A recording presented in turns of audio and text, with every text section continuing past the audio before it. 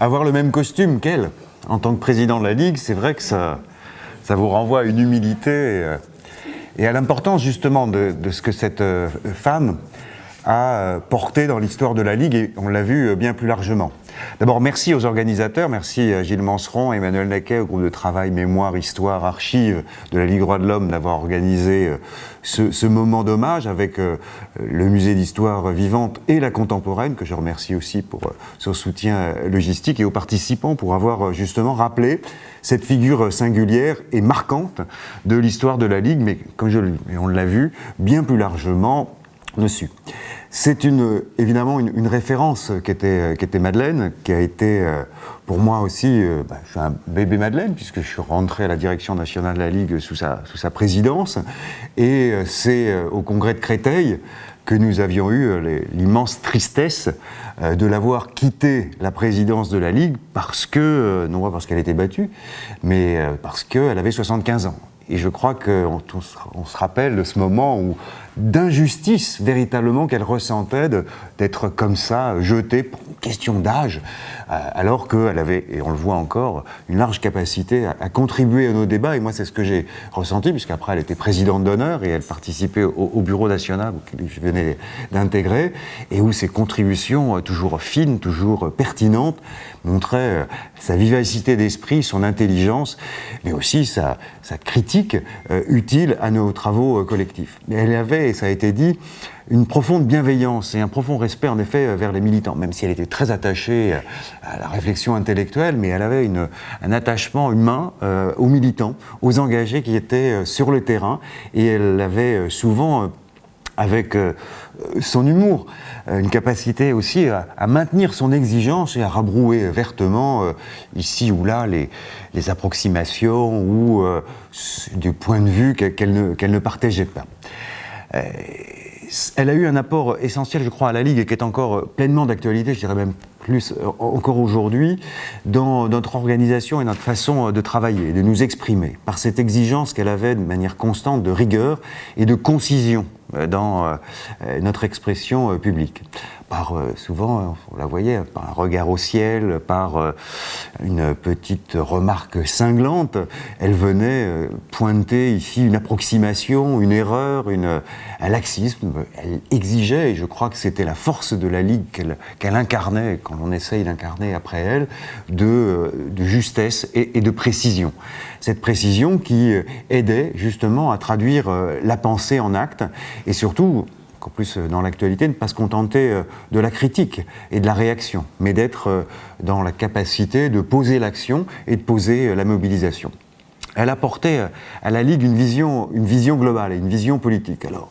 certes, je crois qu'on l'a tous dit, ce n'était pas la première femme présidente de la Ligue, elle ne se voyait pas comme femme, elle se voyait pleinement présidente, pleinement comme une femme politique, une femme de gauche, une intellectuelle qui pensait le monde et voulait agir ici et à l'international, contre les injustices, contre les inégalités, contre ces impérialismes, contre ces dominations économiques et sociales, pour toujours cette idée de l'émancipation des plus fragiles, des étrangers, des femmes, à égalité de droits et de liberté.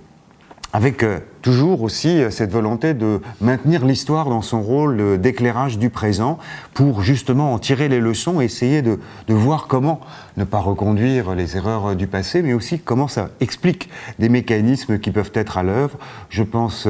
avec évidemment, ça a été dit et évoqué, avec la décolonisation, la guerre d'Algérie, le conflit israélo-palestinien, comment ça éclaire l'antisémitisme, comment ça éclaire le racisme, les discriminations, et ces mécanismes qui sont à l'œuvre. Et c'est vrai qu'il est important de rappeler qu'elle était animatrice de la commission extrême droite et qu'elle était très vigilante justement à voir ces dérives de la pensée d'extrême droite dans la pensée plus large, à l'époque à droite, aujourd'hui que l'on retrouve, hélas, ça a été pointé pour certaines notions beaucoup plus largement à gauche aussi. Elle portait aussi cette idée que l'arbitraire de l'État, que les mensonges d'État étaient insupportables et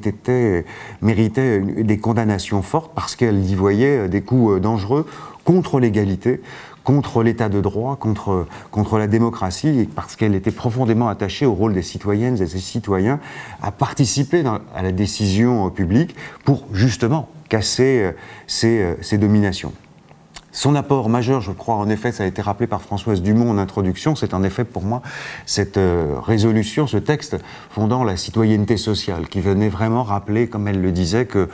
le chômage, la précarité tuent le citoyen, qu'il ne peut y avoir de capacité d'être pleinement dans la République, d'être pleinement dans la société si on n'est pas à égalité de droits économiques, sociaux, culturels. À l'époque, il n'y avait pas encore environnementaux, mais je pense qu'elle l'aurait complètement approprié, à côté des droits civils et des libertés politiques. Et cette capacité à envisager le progrès social, c'était parce qu'elle pensait fondamentalement que les droits de l'homme, que cette déclaration de 1789, cette vision révolutionnaire était encore d'actualité, et qu'elle était émancipatrice et seule capable du progrès social. Alors,